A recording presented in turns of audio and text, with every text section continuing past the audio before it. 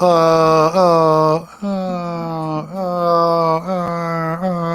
live. Yes, my friends, it is time for all gather up all my people in exile. Come around, come into the bunker. Come out from your bunker and come into my bunker. Yes, my people. Well, it's been a huge day. I'm going to have Out of the Darkness is coming. Not Out of the Darkness. Quentin Q is coming over to play. And then we're going to go back over to his channel. So we're going to continue this half-hour conversation over on his channel tonight. We're going to talk about Supreme Court stuff. And what the heck is going on? What in the heck is going on? John Roberts is, I'm trying to be respectful to the guy, but dude, what a screw job. What is wrong with that guy? All right. Look, there's the chat. All my people are here. I love you all. Thanks for coming. I've been busy. Can you guys tell how busy I've been? I've been pounding out videos, but also Bo and I over there, Bo and I have been working on the backup channel. We're working on we're making a bunch of videos on how to make a fish tank. We're shooting like 10 videos, how to make fish tanks. That's my other passion. So I'm trying to work on my other passions. And then of course I'm delivering comic books I have 5,000 people I'm delivering my hardbound books to, and each little package gets a patch and stickers and backup comics and all that. And so all the fans are going crazy about it. And I'm really proud of that work. We do the highest, just so you guys, you may not know, but we do the highest quality books available as far as printed in the USA. Everyone else prints their crap in China, printed in the USA. I do have a UK colorist, but it's just a blast of a team. And I really want to stay up with the arts. I'm a comic book guy. Look, I'm in honor of comics. I'm even wearing my Ultraman. There's Ultraman t-shirt, Ultraman. There you go. All of you guys who ever watched Japanese giant kaiju men in costume movies, Ultraman. Remember his power was this. So, Salty Army checking in. The Salty Cracker people are here. Hello, to the Salty Tears. We're going to drink lots of liberal salty tears. I'll start with a great one.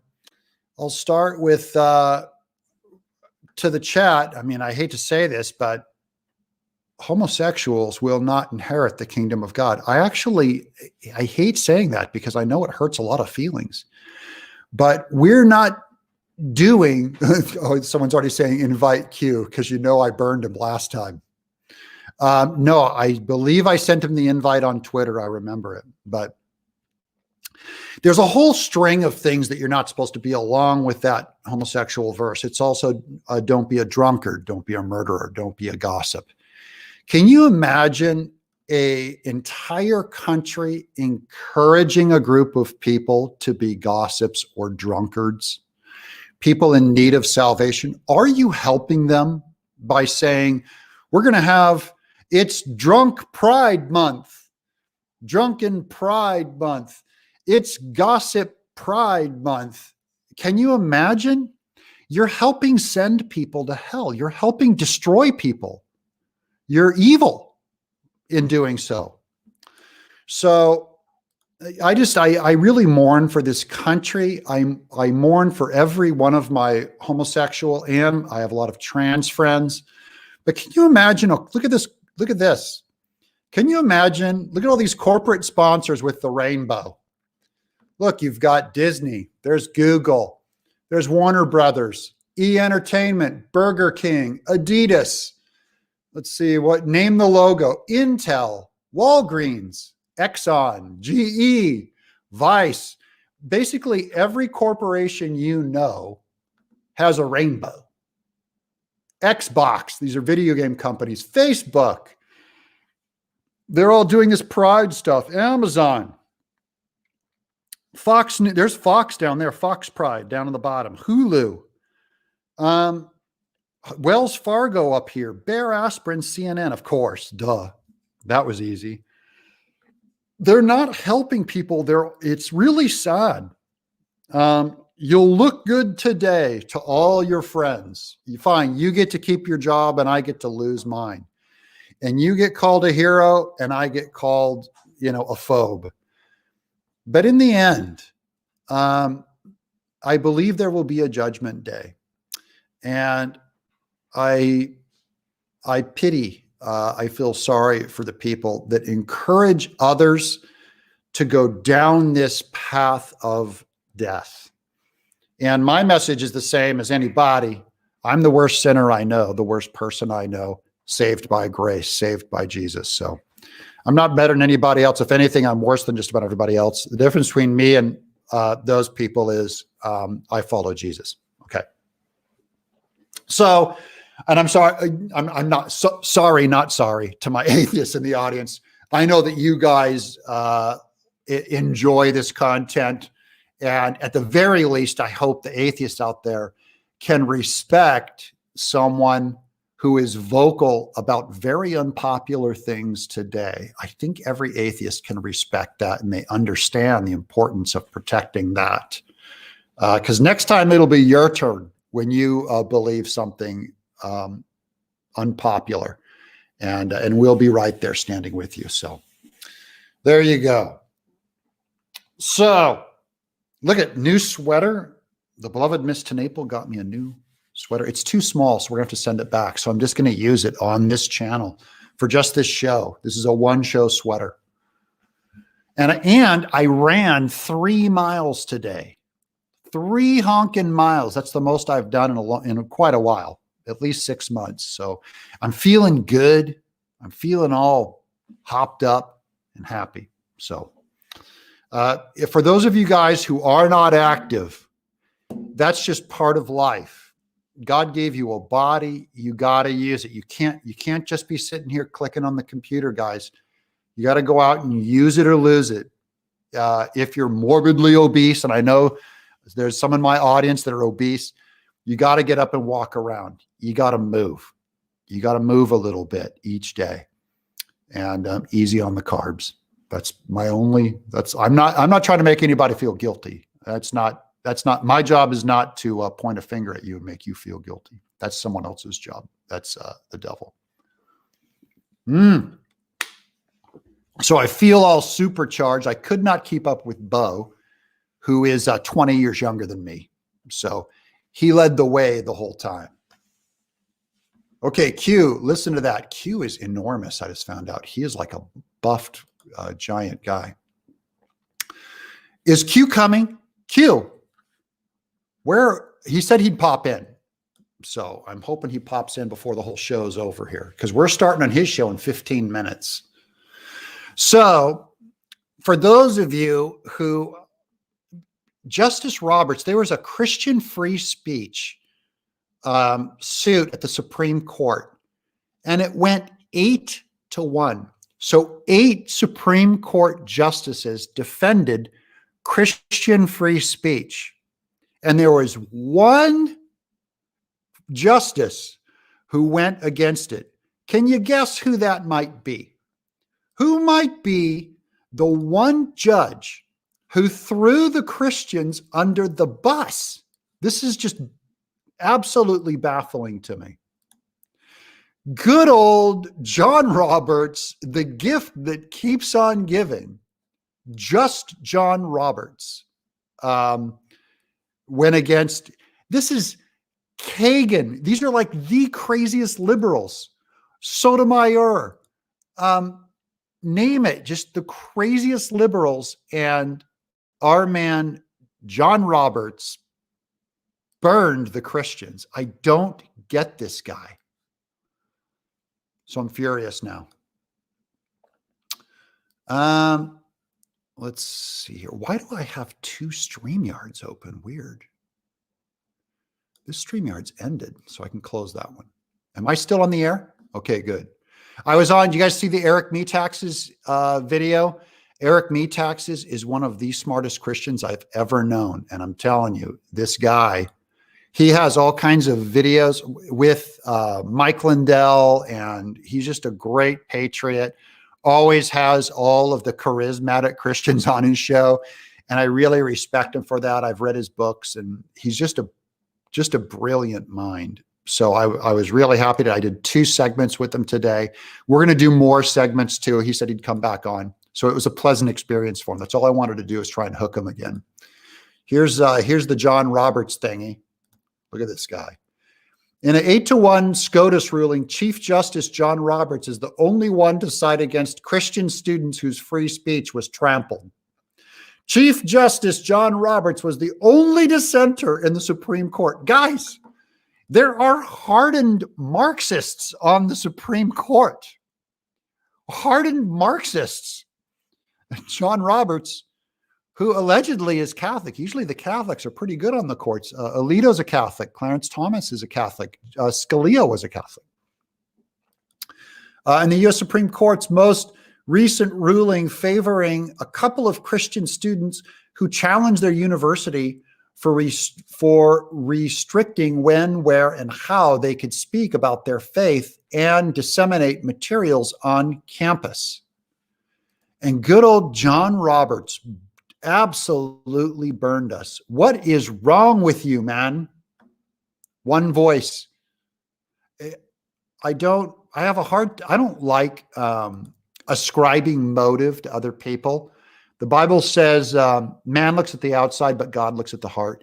It is only God who can look at the motive inside of any one of us. Me, you, Linwood, Trump, Pence, Eric, me, taxes, your favorite person, your worst enemy. Only God knows motive. So I don't like ascribing motive to Roberts and say, oh, I know his motive. I don't really know his motive. I only know that his decision was so wrong and so unprincipled and so anti-American that I don't care what your motive is. You got it wrong. You had one job to get it right. 8 other people, Kagan, Sotomayor, got it right. How did you not understand? So clearly he has a different definition of the Constitution than even 8 other Supreme Court justices. That it's actually very rare when it's 8-1. It's very rare. Usually the court will find some kind of consensus or something, or it's like 8, or it's like, 6-3 or something like that. So this is insane. Mr. John Roberts has cognitive dissonance. Yeah, something's wrong with the guy. Something is deeply broken. And I don't know. I feel bad. I feel bad for the guy. So look at this guy. What do you mean I'm drunk, R.L. Doyle? What do you mean I'm drunk? I haven't had a sip to drink today. I very rarely, I don't know about very rarely. I have a beer a day, but haven't had my beer today yet because I ran. The problem is I always act drunk because of the joy of the Lord. Like people see me and go, no one can be that happy. No one can be that positive, and no one can be that silly. And so I walk around drunk, and then probably if I was drunk, I'd probably handle myself like an accountant and be all straight-laced. There he is. Yeah, sorry guys. My computer crashed on me, so it whacked out on you. Yeah. Well, we're going to start your show in 15 minutes, so yeah, we got to throw down. I got to figure it out. So what's up, man? My people, I just went over the John Roberts 8-1 thing with the Christian free speech thing.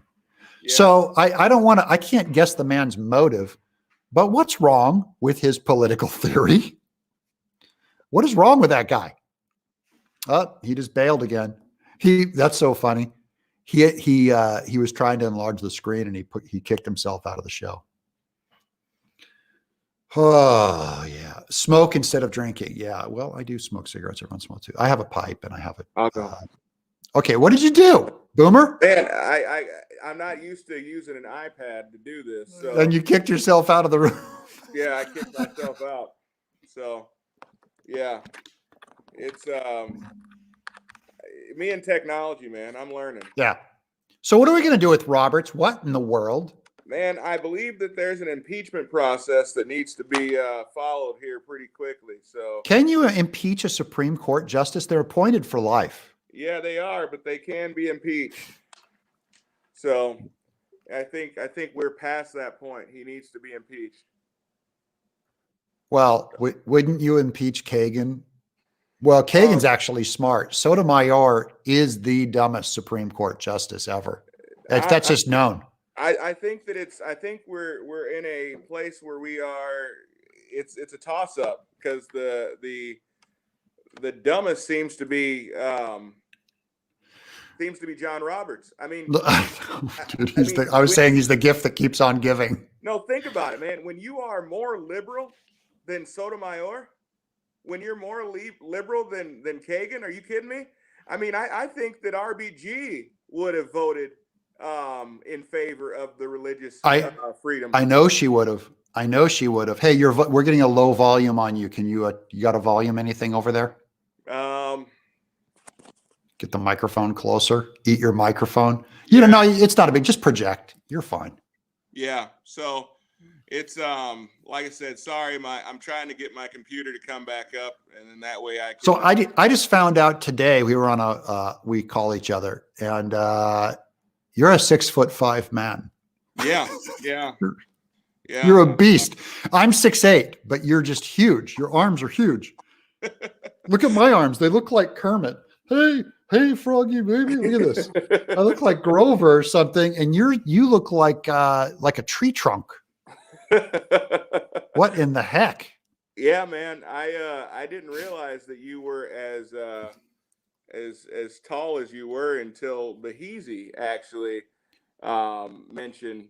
He's like he's huge. So I figued I would ask. Oh, I forgot to send Bahezi the link. I should have sent it to him. Man, I don't know. Do they have internet down in Arizona? Yeah. Is he going down?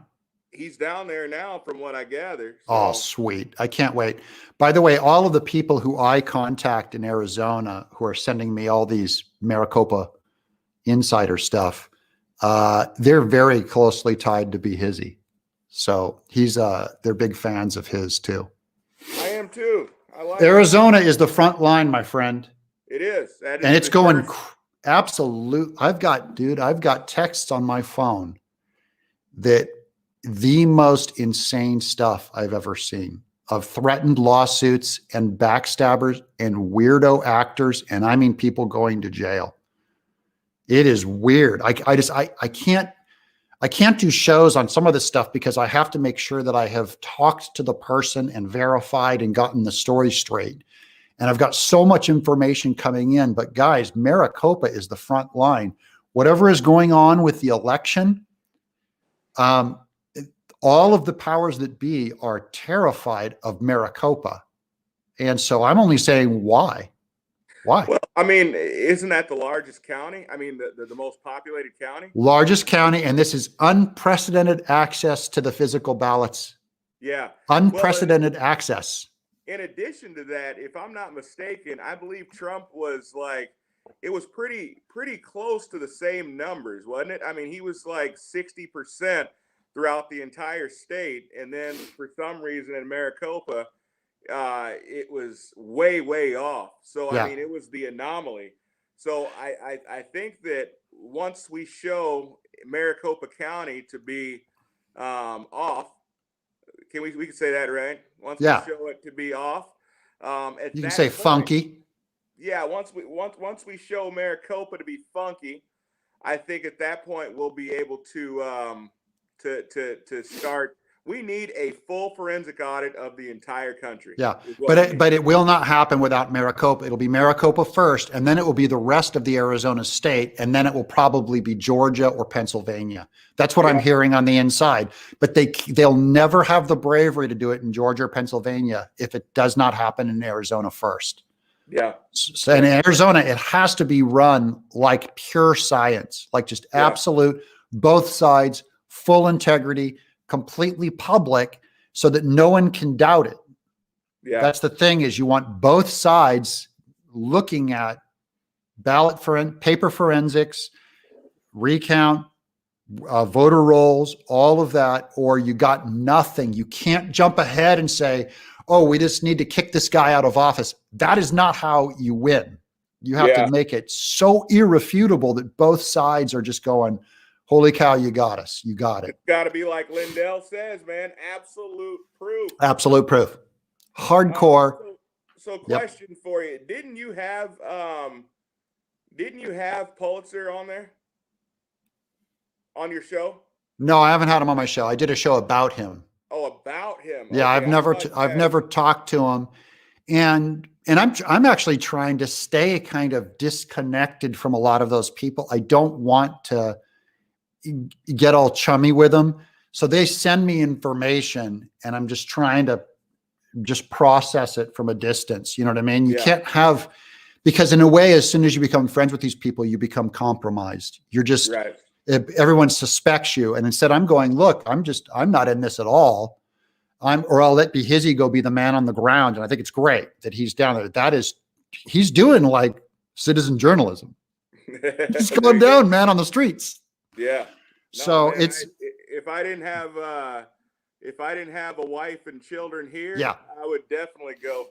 I mean, Arizona sounds a lot better than Minnesota right now. You're looking for an excuse to go. Yeah, man. Just give me an excuse. I'm because out. You live on the moon. Woolly mammoths die on the side of the road up there in Minnesota. Yeah. No, man. I've got my mucklucks and my mittens. Boy, you haven't seen. Boy, I tell you, nothing better than some big old mittens. Big. You use welder's gloves for your mittens. Yeah, pretty much. How'd you know? So Arizona is a mess, and I've watched a bunch of videos of even Republicans who work with the good guys, and they're just going, we talked to Republican volunteers on the ground in Arizona, and they were all just like, didn't know the law, didn't know how to do their job. Their voter rolls are a mess by like 400,000 people. Like they're so far off that you're not going to ever get an accurate anything over there. It's so squishy and floppy in the way it's run. And I'm going, if that's the way by the way, and everyone holds up Florida as a stellar example of a tight election. No. It's all about Texas, my man. Texas? Yeah, it's all about Texas. Hey, look. You just got on the show again. What the hell are you doing? Look at this guy. What are you doing, Q? He's out. He's in. He's out. He just opened up a second feed and he came in twice. There he is. What are you doing? Now I can't hear you. Meaty, I can't hear you. You're muted. Here we go. There you go. What are you doing with your iPad? Quit touching that thing. Don't touch anything. There we go. No, I just switched over. I just switched over to my actual computer. It's back up. So yeah. Now I don't feel naked anymore. All right. Now you sound solid too. You sound much bigger. Well, good. I'm not fuzzy, am I? No, you're not. You look good. There you go. Yeah, Stephen Crowder did a lot of work on yours. By the way, I vouched for the Arizona crew to Stephen Crowder's people. So they were calling me saying, are these people legit? And so they said, just call Doug and he'll vouch for us because I know the Stephen Crowder people too. So but I did want to point his fire hose at Arizona. I'm like, dude, you're over here doing all this Nevada work and you got to be over in Arizona. Yeah. Absolutely. Maricopa's the front lines and it is going down. I don't know what's going to happen because it's a colossal mess. And right now you have the Democrats trying to put up all of these false flags and say the audit won't be any good because all these votes are compromised. And the right, our side, are all going, yeah, the votes are all compromised. And that's why we're doing an audit. You know, the one thing that's really frustrated me about our side, and I say our side because I consider myself to be a conservative first, and an American second. An American first, conservative second.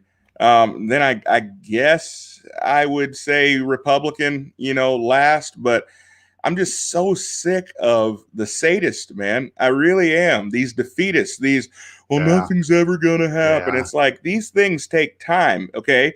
The problem is we sat on our butts. We got fat, dumb, and lazy. Yep. And now all of a sudden everybody wants to be an activist overnight. Well, that's not how this works. And then I asked somebody the other day, I said, tell me this. If the Democrats were in our shoes, how do you think they would be handling things right now? They get down and they get to work, dude. They would get to work. Stacey Abrams lost that election in Georgia, and she got on the ground and she went to work. And you can sit there and be intellectually lazy and say Stacey Abrams, well, they didn't go about it the right way. We'll put it that way, right? They were, yeah.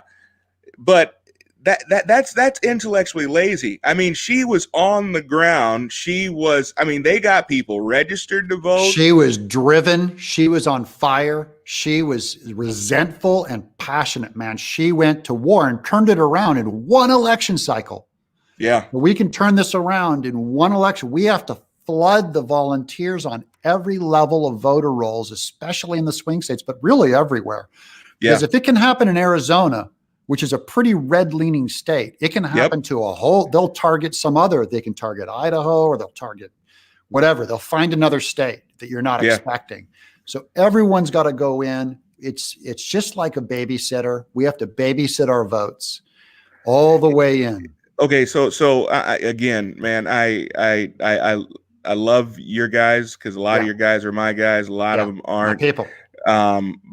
But so there's a we can't turn around anything if the voting is rigged. Okay. And so I'm reading this comment. That is not my words. That's his words. But okay, this is the problem. We always look for excuses. Okay. We always look for excuses instead of solutions. The problem is this: we have to hold our local officials accountable. You're not going to get your senator to make a difference. But guess what? The way it sits right now, the state legislators are responsible for running the election. I promise you, you can get a hold of your state senator. Guaranteed. You can get your U.S. congressman, might be a little tough, but I guarantee you can get a hold of your state senator. Your local precinct, your vote, there should be 1,000 people in your voting precinct. Go get to know someone personally. They will take your call. A local precinct voter, they will. If that's where you start. If you don't know who the commissioner is of your county Republican board, shame on you. Shame on you. So all you got to do, guys, this is a great way to use Google or whatever you're using, DuckDuckGo. Look up your area, start getting the list of names and phone numbers of people that you want to meet. Go be nice, because you're going to want to eventually hit them up for a volunteer position in a vote. So start making friends now, and then later you'll get to step in and you'll be a hero. That's what it's going to take. So for the people that are doing the despair thing, it doesn't matter what the votes do, then just give up, because there's nothing we can do. I'm telling you, there is something we have to do today. And I am not giving up. I love my country too much. I love my children too much. And I love we're expected to fight, and it's going to be just, some things are hard. That's what Dad taught us. Anything worth getting is tough work. Yeah. Yeah. It needs to be done. And this is our moment. Every generation has their moment. The difference is we're not having people bombing Pearl Harbor here. Right. But we have to, it's equally important. It's equally important, because if we don't have free and fair elections, we don't have anything, and we have to have transparency. And I believe that we will, but we are going to have to force. I mean, Doug, I've said this how many times? Look at what a handful of Antifa activists and BLM activists did to our country over the summer. You get 80 million people that have that type. We don't have that type of conviction collectively as they do, right? But we get some fire in our belly. We get some conviction, some moxie like those guys, and we can move heaven and earth. I promise you, we can move heaven and It earth. isn't. We're going to do it, guys. That is such good news, Q. We don't even need 80 million. I have 450,000 subscribers. Can you imagine what 450,000 people could do if they all volunteered and went in? You'd turn it around in one election cycle. All you guys got to do is just stop saying there's nothing we can do and say, let's get to work. Yeah. Hey, Doug, I gotta take off, man. I'm late. Okay, we're gonna throw this show over to Q. We're gonna throw this show over to Q, and I'm gonna go join him on his show. We're gonna talk about some Supreme Court cases. Subscribe to Q. His is the only link down in the description, or look up Out of the Darkness on YouTube. Out of the Darkness. I'll be over there. We'll continue the discussion. Come join us over there. Bring your love over there, and let's hit it. I'm Doug TenNapel in Exile.